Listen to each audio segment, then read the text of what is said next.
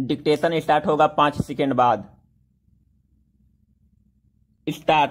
जब देश की लोकसभा में करीब 43% सांसदों के खिलाफ आपराधिक मामले घोषित रूप से दर्ज हों, तब किसी भी पार्टी की ओर से आगे बढ़कर यह कहना स्वागत योग्य है कि हम किसी माफिया या बाहुबली को चुनाव में नहीं उतारेंगे। स्टॉप। उत्तर प्रदेश की पूर्व मुख्यमंत्री मायावती ने शुक्रवार को कहा है कि उनकी पार्टी अगले साल होने वाले उत्तर प्रदेश विधानसभा चुनाव में बाहुबलियों या माफिया उम्मीदवारों को मैदान में नहीं उतारेगी। स्टॉप। मायावती की इस घोषणा को जेल में बंद गैंगस्टर से नेता बने मुख्तार अंसारी और उनके भाई से जोड़कर अगर देखा जा रहा है, तो भी यह घोषणा अपने आप में उम्मीद जगाती है। स्टॉप। ऐसे ही एक एक दागी या अपराधी का टिकट कटना चाहिए। स्टॉप। ऐसा नहीं होना चाहिए कि दुनिया को दिखाने के लिए बाहुबलियों का विरोध किया जाए और पिछले दरवाजे से उनको तरजीह मिलती रहे।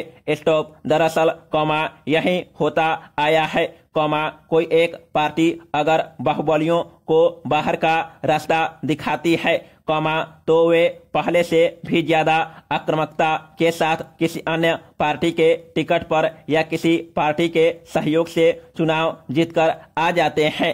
स्टॉप। बिहार और उत्तर प्रदेश में ऐसे अनेक दागी हैं, जो 2 से 3 दलों को अपनी सेवाएं दे चुके हैं और उनके लिए लगभग हर पार्टी का दरवाजा कमोबेश खुला ही रहता है। पैरा। जरूरी है कि बसपा बाहुबलियों को टिकट न देने के अपने प्रयास में कामयाब हो, जिससे दूसरी पार्टियों को भी सबक मिले।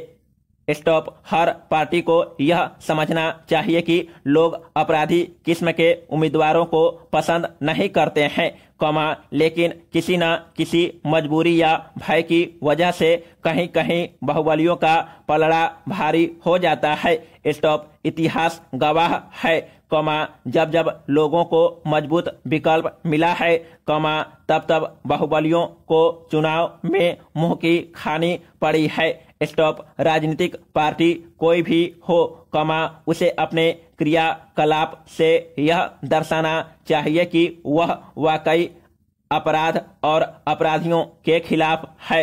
स्टॉप। किसी भी पार्टी में योग्य लोगों की कमी नहीं है, तो फिर क्यों बाहुबलियों को आगे आने दिया जाए। जमाना बदल चुका है। स्टॉप। जो बाहुबली हैं, उसकी खुलेआम चर्चा होती है, लोग पार्टियों के चरित्र को बार बार परखते हैं और निराश होते हैं।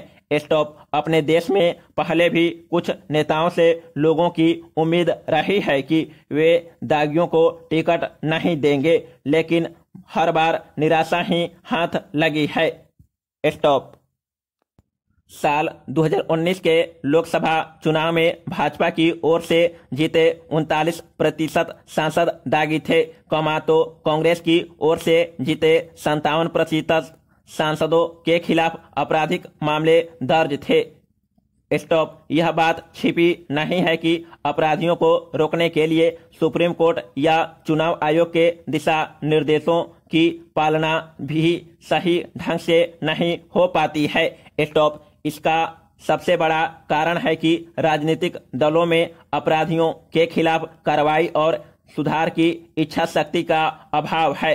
स्टॉप। ऐसे में बसपा की ओर से यह कहा जाना वाकई काबिले गौर है कि कानून द्वारा कानून का शासन सुनिश्चित करने के साथ साथ बसपा का संकल्प अब उत्तर प्रदेश की छवि को भी बदलना है। स्टॉप। काश ऐसा हो, तो उत्तर प्रदेश देश में राजनीतिक ताकत ही नहीं, बल्कि राजनीतिक चरित्र सुधार का भी नेतृत्व करता नजर आएगा। स्टॉप। लोग भूल जाएंगे कि पहले किस पार्टी ने कितने दागी खड़े किए थे, गलत उम्मीदवारों की छटनी शुरू हो। पैरा। भारत में कोरोना के मामले फिर बढ़ते दिख रहे हैं। स्टॉप। देश में कुल कोरोना मरीजों की संख्या में इजाफा हुआ है, क्योंकि जहां बुधवार को 40,567 मरीज ठीक हुए, वहीं नए मामलों की संख्या 43,263 रही है। स्टॉप मरीजों की संख्या क्यों बढ़ रही है, इसका जवाब खोजना बहुत मुश्किल नहीं है। स्टॉप हर जगह बढ़ती भीड़ और बचाव के प्रति लापरवाही जवाब दे रही है। स्टॉप भारत ही नहीं, प्रसिद्ध बायो बबल में रहकर इंग्लैंड में क्रिकेट खेल रहे खिलाड़ी और टीम स्टाफ भी संक्रमण के साये में है। स्टॉप मतलब हर जगह लापरवाही बढ़ी है, नतीजा सामने है। स्टॉप गृह मंत्रालय के निर्देश पर national institute of disaster management की तरफ से एक रिपोर्ट तैयार की गई है, जिसमें अक्टूबर में तीसरी लहर की आशंका जताई गई है। स्टॉप रिपोर्ट में बताया गया है कि अगर टीकाकरण की रफ्तार को नहीं बढ़ाया गया, तो तीसरी लहर में प्रतिदिन मामले 6 लाख तक पहुंच सकते हैं। स्टॉप सभी को कोशिश करनी चाहिए कि वह नौबत न आए। स्टॉप पैरा हमें सोचना होगा। स्टॉप विशेष रूप से केरल और महाराष्ट्र को राहत का एहसास नहीं हो रहा है। स्टॉप स्वास्थ्य मंत्रालय ने गुरुवार को जानकारी दी है कि पिछले सप्ताह आए कोरोना वायरस के कुल मामलों में करीब 70% मामले अकेले केरल के थे। स्टॉप यह कहने में कोई हर्ज नहीं कि विशेष रूप से केरल को कोरोना की दूसरी लहर से अभी भी मुक्ति नहीं मिली है। स्टॉप केंद्र सरकार के साथ मिलकर केरल सरकार को इस पर पूरा फोकस करना चाहिए। स्टॉप अभी देश के 35 जिलों में साप्ताहिक कोविड संक्रमण दर 10% से अधिक और 35 जिलों में 5 से 10% के बीच है। स्टॉप अभी भले ही देश के 38 जिलों से ही 100 से अधिक मामले आ रहे हैं, लेकिन तब भी हमें इन मामलों और इन इलाकों को गंभीरता से लेना चाहिए। स्टॉप केरल में युद्ध स्तर पर कोशिश की जरूरत है। स्टॉप यह अपेक्षाकृत विकसित राज्य पूरे देश को चिंता में डाल रहा है।